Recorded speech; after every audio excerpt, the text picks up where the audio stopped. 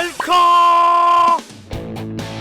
안녕하십니까. 2판 4판 스포츠 토크 이광용의 열카3 축구 이야기. 이번 주에도 샤신 류블로 두 분과 함께하겠습니다. 루블은 그 어디 러시아 화폐 아닙니까? 러시아 화폐. 러시아 루브르. 네.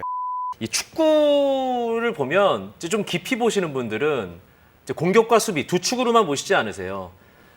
이 공격과 수비의 세부 포지션과 그것이 전술과 어떻게 연동이 되는지 이런 것들을 이제 따져가며 보시는 분들을 위해서 오늘 저희가 약간 좀 특별 판을 포지션과 관련된 이야기를 우리 대한민국 최고의 걸어다니는 축구 백과사전 샤신 한준희 위원과 또 지식과 정보의 또 아이콘 류블루와 한번 풀어보도록 하겠습니다. 자, 최근 축구 이제 시간이 가면 갈수록 이제 포지션이 점점 분화됩니다. 기본적으로 뭐 1선, 2선, 3선, 4선 골키퍼까지 이렇게 포지션이 분화가 되는데 거기서도 저 형이 왜 저기서 나와 싶은 어떤 그런 위치 변화라는 선수들이 많이 있거든요. 자신의 주 포지션을 기본으로 더 넓은 영역을 소화하는 선수들의 이야기를 지금부터 해볼 텐데요. 오늘 여러분과 나눌 이야기 대표적으로 스위퍼 키퍼, 폴스 라인, 인버티드 풀백, 폴스 풀백이라고도 부르죠. 이 세 포지션에 대한 이야기를 두 분과 본격적으로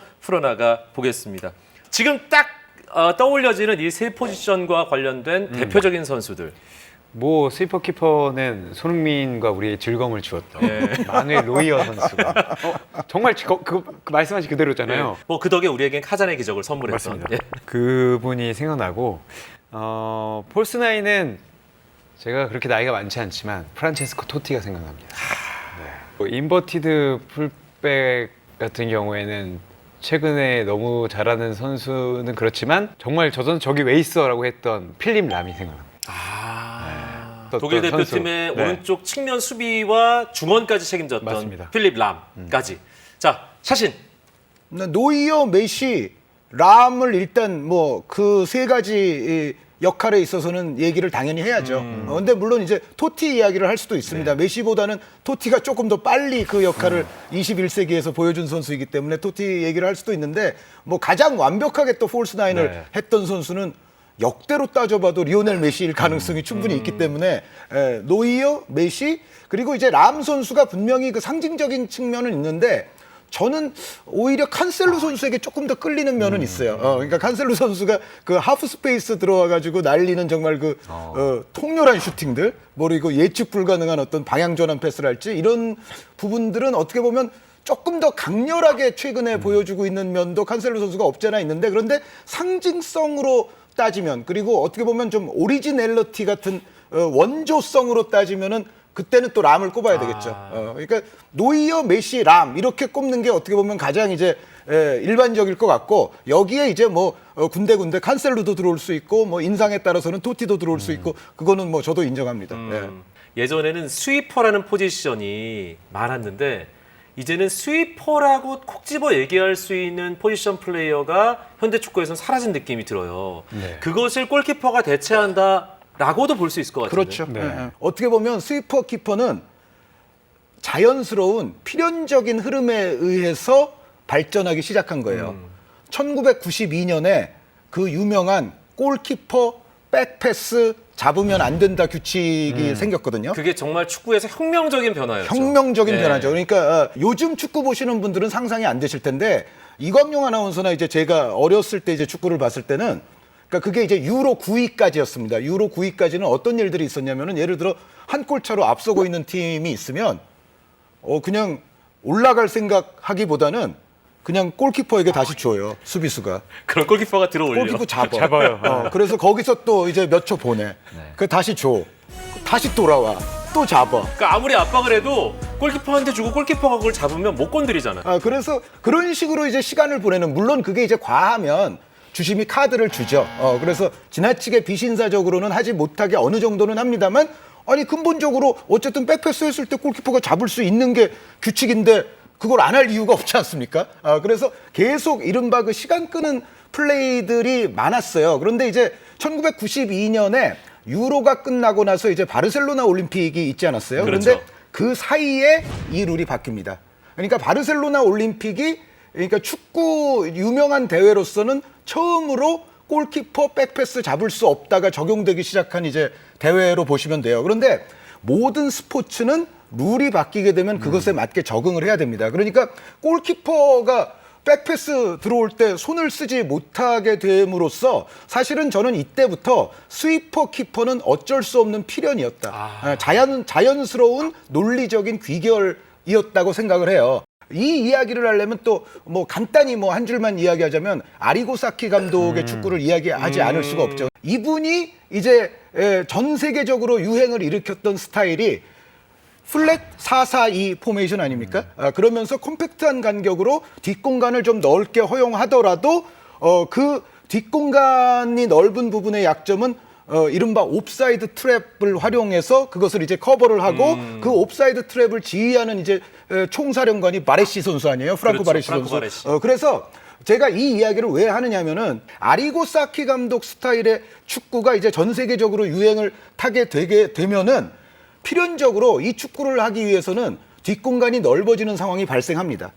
물론 요즘은 이제 뭐 4-4-2 하면은 이제 두 줄 수비 이런 걸 연상하면서 내려와 있을 때의 수비를 생각하지만 아리고사키 감독이 주창했던 그 콤팩트한 축구는 볼의 위치에 따라서 전체 4-4-2 유닛이 극도로 간격을 좁히면서 그 볼 중심 압박을 수행하는 그러한 유형의 토탈 사커거든요. 지금 축구랑 크게 다르지 않은데? 네, 지금 축구랑 그렇게 다르지 않죠. 어찌됐건 이 축구를 하기 위해서는 모든 구성원이 일사불란하게 간격 유지를 하면서 움직이면서 볼 중심 압박을 수행해야 되고 그리고 이런 축구를 할 때는 상대가 볼을 낮은 지역에서 소유하고 있을 때는 필연적으로 우리는 뒷공간이 넓어지게 돼 있어요. 그렇죠. 그러면은 아까 이제 골키퍼 백패스 못 잡는다 룰하고 이 아리고사키 스타일의 축구를 결부시켜서 생각을 해보세요. 뒷공간은 넓어졌는데 골키퍼는 이제 백패스를 손으로 못 잡아요. 그러면은 골키퍼가 뭔가 다른 역할을 해야 되지 않을까요? 그렇죠. 예. 노이어 말고 그렇게 스위퍼 키퍼의 영역 안에 들어올 만한 키퍼가 누가 없을까요? 최근에 골키퍼들은 사실 거의 다 그렇죠. 뭐 요즘에는 다 빌드업에 관여할 수밖에 없고 그래서 제가 요즘 현장에 나가서 물어봐서 근데 저는 이제 좀 문외한이잖아요. 그래서 이제 제가 보기엔 선방 능력이 아주 좋은 골키퍼가 주전이 아닌 경우들이 있습니다. 그래서 이제 골키퍼 코치한테 살짝 가서 물어보면 저 친구는 그분들 표현으로 저 친구는 너무 골키퍼야. 손은 좋아. 근데 발이 없어. 이런 얘기를 많이 하시거든요. 과르디올라 감독이 맨 처음에 맨체스터 시티에 부임했을 때 제일 먼저 한 작업 중에 하나가 약간 좀 과격한 표현을 써서 죄송하지만 조 하트 선수의 숙청이었습니다. 그 유명한 스토리거든요. 네. 그러니까 조 하트 선수가 절정기에는 정말 팀을 구해내는 선방을 무지막지하게 했던 진짜 잘하는 골키퍼였고요. 잉글랜드 대표팀의 주전 골키퍼잖아요. 그렇죠. 잉글랜드 대표팀에서 또 주전이었고 그런데 이렇게 잉글랜드 사람들이 정말 사랑하는 키퍼를 아무리 펩 과르디올라 정말 대단한 감독을 모셔왔다고 해도 이렇게 매몰차게 한순간에 그냥 세컨으로 떨어뜨려버리고 영입한 선수가 클라우디오 브라보 골키퍼였죠. 그런데 여기서 좀 묘한 일이 일어납니다. 그러니까 과르디올라 감독이 맨체스터 시티에서 뭐 유럽 챔피언만 못 됐지 사실 뭐 계속 리그에서는 성공 가도를 달렸잖아요. 그런데 첫 시즌은 그렇진 못했거든요. 그런데 이 클라우디오 브라보 골키퍼를 딱 데려왔을 때 이제 재밌는 일이 일어나죠. 그러니까 브라보 선수가 일단 발 능력 자체는 조 하트와는 결이 다르다는 거를 보여는 줘요.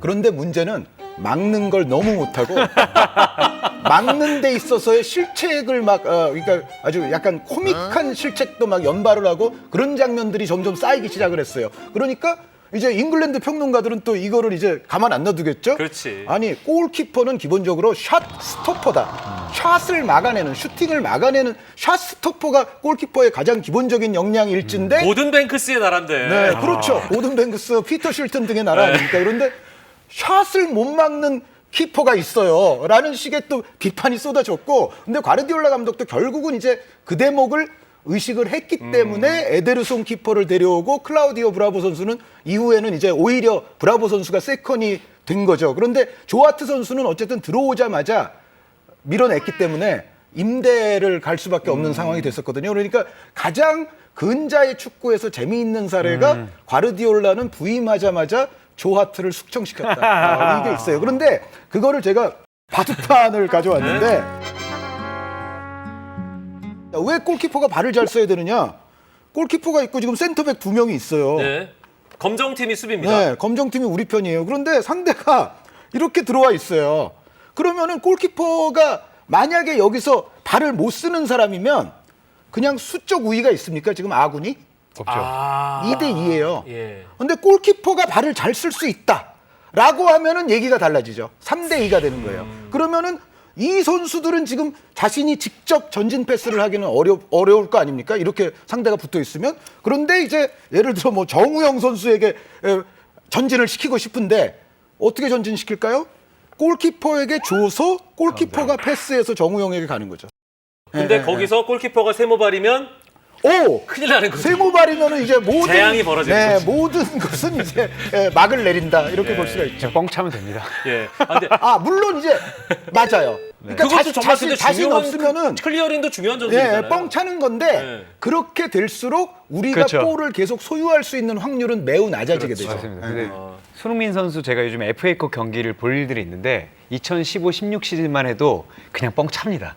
그러니까 이 5, 6년의 계열 동안에 축구가 정말 많이 바뀐 거. 저희는 맨날 보니까 그걸 모르지만 예전에는 저렇게 안 하고 그냥 이럴 필요 없이 그냥 찼습니다. 그냥 골킥도 놓고 찼는데 이제는 차지 않죠. 끌어들여야 되니까 상대를. 네. 수준급의 2명의 골키퍼가 있는데 한 명의 선수는 세이빙 능력이 더 낮고 한 명의 골키퍼는 빌드업 능력, 발기술이 더 낮습니다. 그러면 우리 한준희 감독님은 어떤 선수를 선택하시겠습니까?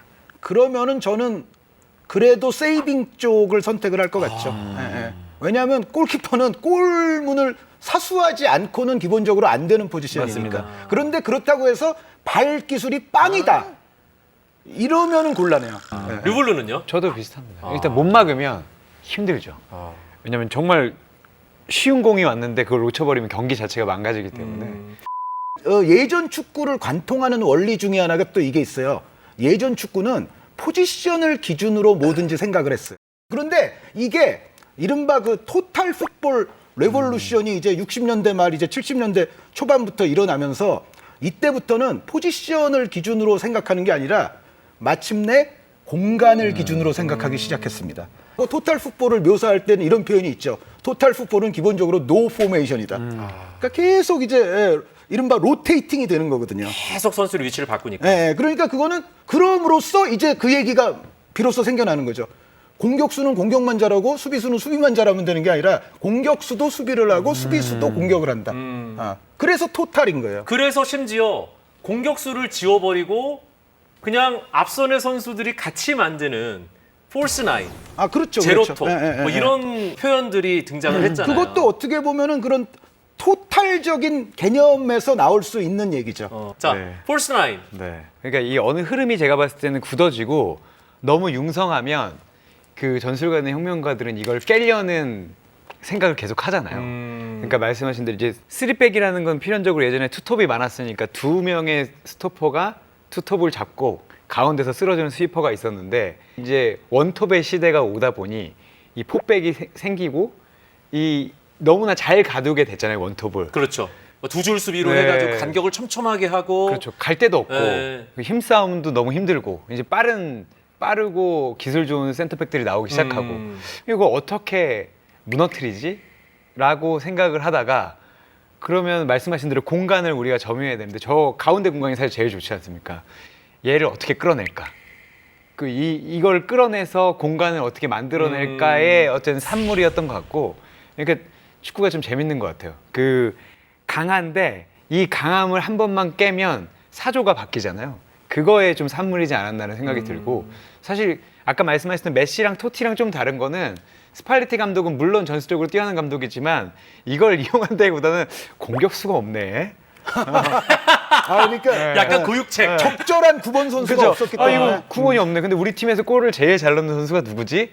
토티야. 근데 토티는 사실 덩치도 큽니다. 네. 덩치도 크고 정통 9번이라고 볼 수 없지만 골 넣는 기술도 상당히 좋고 슈팅력 좋고, 슈팅력 좋고. 발기술도 있고. 그래서 그 선수를 거기다 썼고 이거에 좀 발전된 버전이 이제 메시가 나온 거죠. 메시는 끌어내고 제가 그래서 어제 저 또 동영상 학습을 열심히 해야 되지 않습니까? 보면 정말 메시가 이렇게 가운데로 공을 받으러 오면 예전에 센터백들도 당연히 스토퍼처럼 대인 마크는 아니어도 딸려 나올 수밖에 일단 없거든요. 메시는 잡아야 되니까. 근데 메시가 한 번만 옆으로 쳐서 안으로 들어가면 이게 괴멸이죠. 정말 답이 없더라고요. 괴멸. 그리고 여기서 조금 더 나가면 유로 2012 때 세스크 파브레가스가 스페인 대표팀에서 그런 일을 합니다. 파브레가스 선수는 사실은 메시 선수만한 개인 돌파 능력이나 그쵸. 그런 걸 갖고 있지는 않았지만 그래도 스페인이 그 전술을 잘 활용을 했죠. 네. 그러니까 벽을 세우면 벽을 뚫어내는 사람들이 있더라고요. 그게 우리가 얘기했던 그게 이제 최대 지금 보고 있는 사람이 펩 과르디올라인 거죠. 유블루가 굉장히 중요한 말씀을 하셨어요.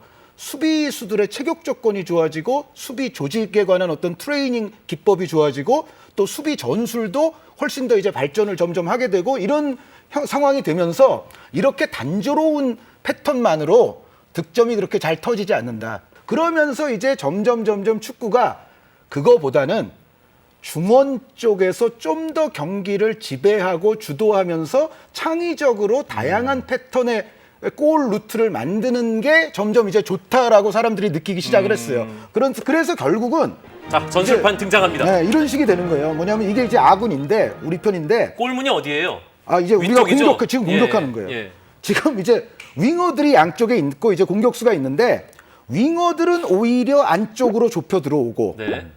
이 윙어가 비워둔 측면 공간은 풀백, 윙백들이 올라와서 잡아주고 그리고 여기서 이제 공격을 더 강화시키고 싶으면은 중앙 미드필더들까지도 이제 높은 지역으로 올라가서 그러면은 이제는 수싸움에서 유리해지는 거네. 그렇죠. 숫자 싸움 뭐 그리고 심지어 수싸움 예. 여기서 모두 이제 우세를 점할 방법이 수가 많아지는 있는 거고, 그렇죠. 아주 다양해지는 머릿수도 거죠. 많아지는 네, 거고. 창의적이 될 수가 있죠. 예. 그런데 이 상황이 이제 어느 정도 이제 트렌드로 자리를 잡았어요. 그러면은 여기서 이 공격수가 직접적으로 골을 혼자서 다 어깨에 모든 부담을 지고 많이 넣을 필요가 없는 거죠. 어떻게 보면 이 공격수는 류블루가 아까 처음에 말씀하신 것처럼 상대 수비의 어떤 시선을 교란시키고 상대 수비를 제 위치로부터 끌어내고 상대 수비를 제 위치로부터 끌어내면 분명히 거기에는 공간이 발생하거든요. 그러면은 그 공간은 말씀드렸던 대로 중앙 미드필더의 전진으로도 활용이 될 수가 그렇죠. 있고 인사이드 포워드 그 인버티드 윙어의 또 이 돌아 들어오는 플레이로도 활용이 될 수 있고 그러니까 그 포워드가 끌어낸 공간을 다른 주변 동료들이 활용하기가 아주 좋아지는 이러한 트렌드와 가짜 9번은 저는 맞물린다고 생각을 해요. 그런데 여기서 가짜 9번을 그렇다고 모든 팀들이 활용하느냐? 그건 아니죠. 그런데 이러한 트렌드가 이제 기본적인 뭐 축구에서의 아주 기본적인 유행을 탔다 하더라도 그렇다고 모든 팀들이 가짜 9번을 씁니까? 그건 아니죠. 그건 아니에요. 가짜 9번은요. 진짜 9번을 끊임없이 찾잖아요. 그럼요. 예. 왜 그러냐면은 이 가짜 9번이 그러니까 이론적으로는 좋아요. 뭐 상대 수비를 교란시키고 상대 수비의 시선을 분산시키고 상대 수비를 제 위치에서 움직이게 만들므로 인해서 동료를 위한 공간을 창출해주고 이론적으로는 아주 그럴싸한데 이 역할을 그렇다고 누구나 할 수 있는 게 아닙니다. 왜냐하면 보세요. 이거는 뭐 전술판 없이도 설명이 되는데 센터백들이 있고 여기 또 예를 들어 뭐 마켈렐레 같은 막 수비형 미드필더가 있는데 가짜 9번은 사실은 이 센터백과 이 수비형 미드필더들 사이의 공간에서 주로 많이 움직여야 돼요. 거기 사실은 제일 힘든 공간이거든요.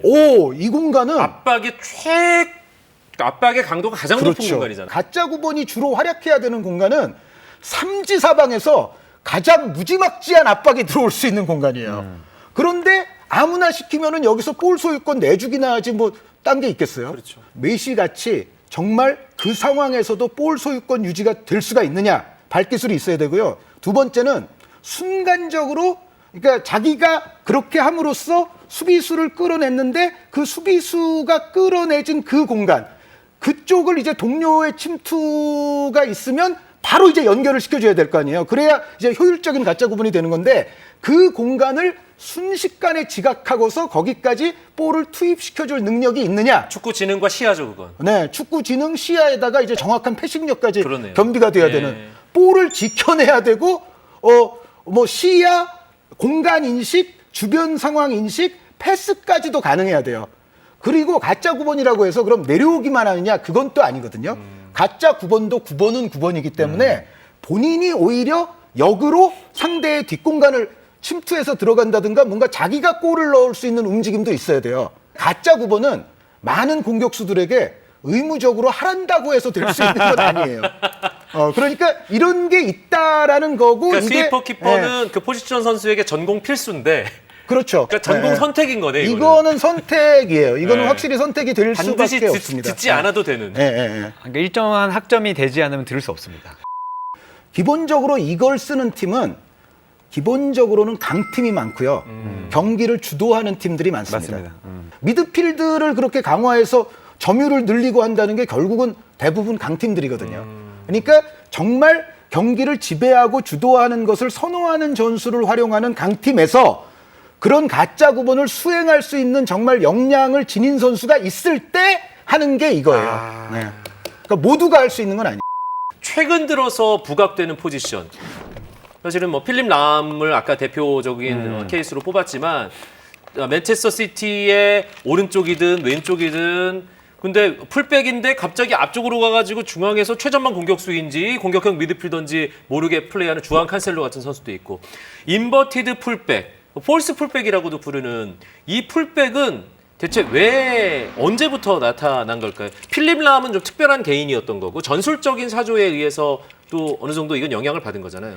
그것도 아까 말씀하신 일단 미드필더 숫자라든가 팀의 안정성이라든가 공을 가지고 있는 팀들을 세우는 것 같고 그거를 과르디올라 감독이 지금도 이제 그런 전술을 쓰고 있는데 그래서 게리 리네커가 심지어 전화 인터뷰였나요? 아니면 그 화상이었던 것 같은데 과르디올라 감독에서 물어봅니다. 네. 왜 풀백들이 안으로 들어와서 플레이하게 시키는 거냐? 풀백들은 터치라인의 남자인데 네, 그래서 왜 왜 안쪽으로 들어오게 하느냐? 거기다 왜 세우냐라고 물어보니 독일에서 일단 생각을 했다. 그 독일은 워낙 바이에른 뮌헨도 사실 밀어붙이는 팀이기 때문에 역습을 그렇죠. 주의해야 되잖아요. 네. 근데 풀백들을 벌려놓으니까 안쪽으로 귀신같이 가운데를 쪼개는 독일 팀들이 많이 늘어났대요. 그래서 이걸 갖다 놓기 시작을 했고 근데 지금은 미드필더 숫자를 늘리고 공을 더 지배하고 여러 가지 가능성을 늘리기 위해서 이걸 쓰고 있다.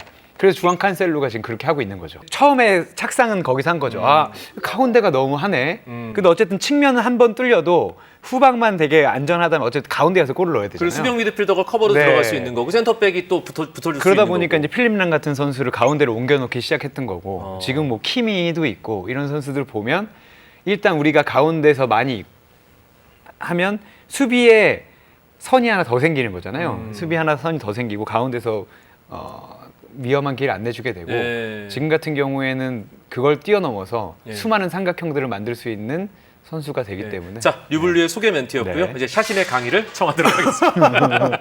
상대 적군이 지금 4명인데도 네. 우리가 빌드업을 여기서 빌드업이라는 건 기본적으로 전진의 개념이 들어있거든요. 앞으로 우리의 볼을 이제 전진을 시키기가 만만치가 않습니다. 이 상황에서 지금 이게 볼인데 예. 자 우리 국가대표팀으로 얘기할까요? 알기 쉽게 김승규 선수가 예를 들어서 김민재 선수에게 볼을 줬어요. 그런데 김민재 선수가 이렇게 상대의 공격수에게 지금 압박을 받고 있어요. 여기 볼을 갖고 있으면서 그리고 상대의 측면 그러니까 인사이드 포워드 내지 그 윙어들이 지금 이 정도에 위치하고 있는데 자 여기서 이제 김민재 선수는 어떻게 빌드업을 해야 될 것인가를 한번 생각을 해보죠. 김민재 선수가 김영권 선수에게 볼을 넘겨주기에는 압박의 부담이 있다. 그런데 김태환 선수에게 볼을 주기에도 지금 김태환 선수 쪽의 길목을 상대 윙포워드가 잡고 있어요. 자, 그러면 반대편에 이제 김진수 선수에게 주고는 싶으나 역시 상대 윙포워드가 그 길목에 서 있을 뿐만 아니라 이쪽은 멀어요.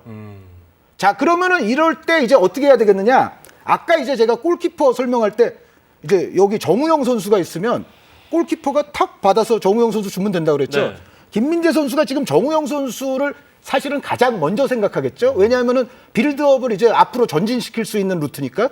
그런데 이 정우영 선수도 지금은 보니까 상대의 뭐 공격형 미드필더 내지는 박스 투 박스 미드필더가 정우영 선수에게 볼이 오면은 인터셉트 해야지 하면서 딱 잡고 있는 거예요. 자, 여기서 어떻게 하면 이 아군은 빌드업을 할 수 있을까? 근데 이럴 때 인버티드 풀백의 필요성이 나오는데 뭐냐면 여기서 김태환 선수가 안쪽으로 들어와야죠. 쓱 여기 이쪽으로 들어오면 패스길이 열리는 거예요. 보세요. 김태환 선수에게는 지금 김태환 선수에게는 지금 장애물이 없습니다. 아, 이겁니다. 그러니까 굉장히 단순한 도식이긴 하지만 가장 근본적인 인버티드 풀백이 나오는 모티브는 이런 상황이에요. 그런데 이 상황은 사실은 경기 중에 굉장히 실제로도 많이 등장하고 구현될 수 있는 상황이에요. 이 풀백이 들어오는 순간 이 공간에서는 누가 수적 우위입니까? 우리 편이죠. 우리죠. 네. 3대 2의 수적 우위가 발생하죠. 그런데 풀백이 여기 가만히 있으면 이 공간에서는 수적 우위가 있습니까? 없어요. 2대 2예요. 그러면 아까 그 볼 플레잉 골키퍼 설명할 때와 마찬가지로 볼을 전개하기가 나쁜 거예요. 네. 그런데 여기서 딱 이렇게 오는 순간 수적 우위가 발생하네요. 과르디올라 감독이 노린 게 바로 이거죠. 예, 예. 최근에 제가 가장 인상적으로 누군가를 측면으로 끌어내고 풀백들이 안에 들어가서 풀백이나 윙백들이 잘했던 경기가 토트넘이 지난 시즌에 첼시에게 아주 크게 당한 적이 있는데 하킴 지에우 선수가 왼쪽 측면 터치라인에서 거의 마법을 부려요. 이 선수 때문에 풀백이 딸려 나오면 나머지 선수들이 그 가운데에 들어가서 토트넘을 쪼개기 시작하는데 안타깝지만 토트넘이 첼시에 매우 약하지 않습니까? 그렇죠. 이런 부분들에게 당했던 것 같고 네. 뭐 맨체스터시티에서는 베르나르도 실바라든가 예전에 다비드 실바라든가 이런 선수들이 측면에 가 있으면 풀백들이 가운데로 들어와서 상대 수비를 계속해서 쪼개기 시작합니다. 이번에는 공격 상황을 한번 볼게요. 네. 공격 상황에서 우리가 검정이죠.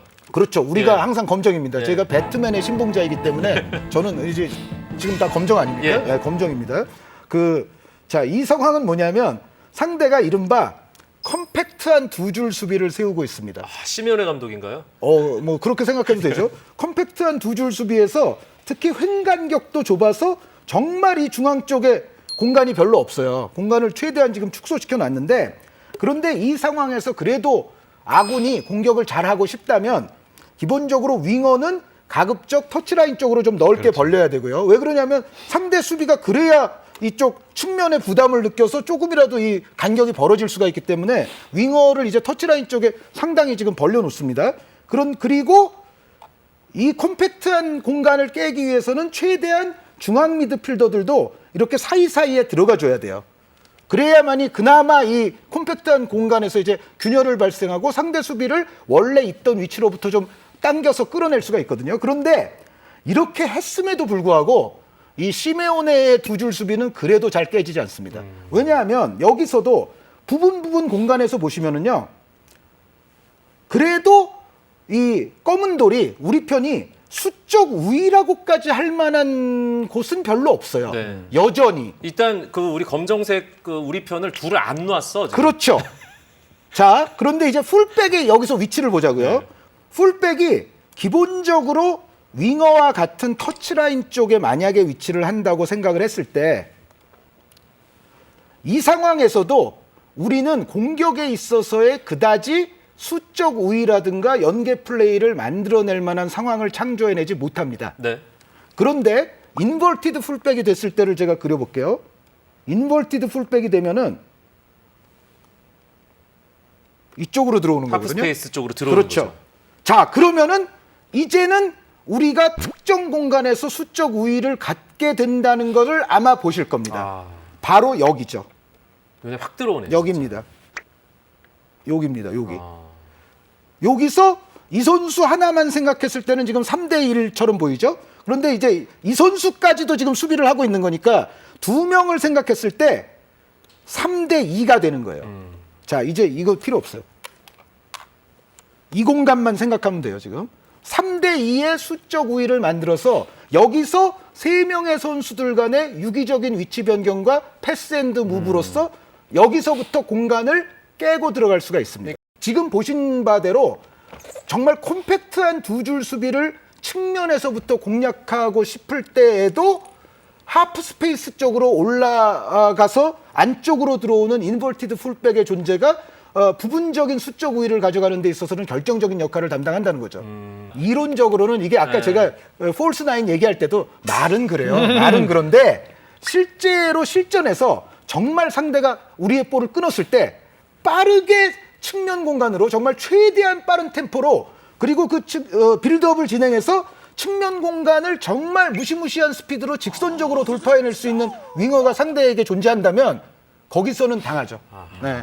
그러니까 모든 전술은 폴스 나인도 약점이 있는 거고 스위퍼 키퍼도 약간 삐끗 실수하게 되면 이게 오히려 마이너스로 작용을 하는 거고. 치명상이죠, 치명상. 네, 이 인버티드 풀백도 수비의 안정화를 높인다고 이론서에는 그렇게 나와 있지만 그것을 깨는 방법은 분명히 있습니다. 네. 공격의 효율을 강화할 수 있는 폴스 나인 그리고 수비의 효율을 더 높일 수 있는 이 인버티드 풀백. 근데 인버티드 풀백도 아무나 못하는 거잖아요. 축구는 원래 아무나 못해. 그렇죠. 그러니까 저희는 이게- 축구하면 안 되잖아요. 그러니까 인버티드 풀백으로 저 선수는 폴스 풀백이야, 인버티드 풀백이야, 그 선수 소화할 수 있어라고 할 수 있는 풀백의 숫자 자체가 절대수가 적은 거죠.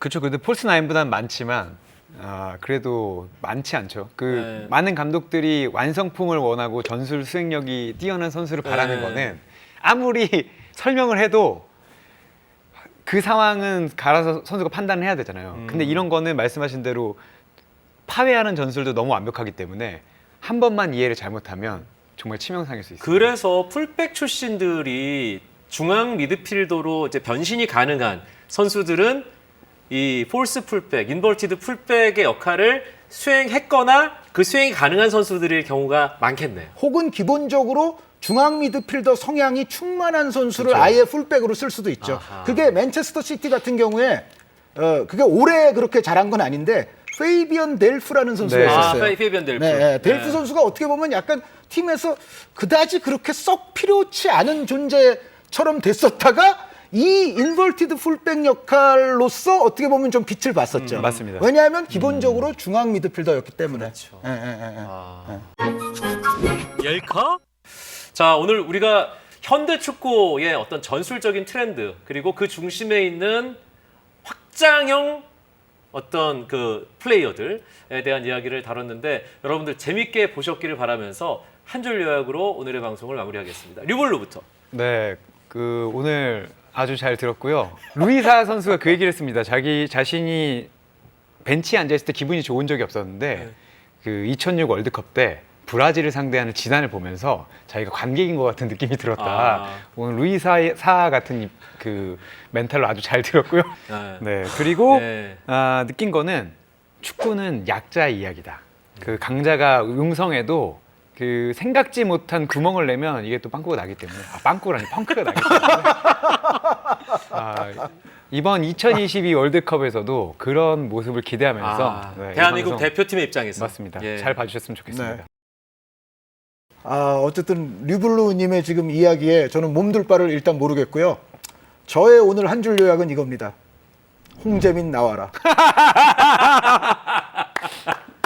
피치 못할 개인적인 사정이 있어서 못 나온 거지. 그죠. 홍재민 기자가 비겁하게 피하는 그런 사람일 수도 있지만 오늘은 그런 게 아니다라는 말씀을 드리면서 오늘 여러분들 유럽 축구 이제 시작됐잖아요. 2022-2023 시즌 유럽 축구를 더 재미있게 보실 수 있는 책 The Champions. 예.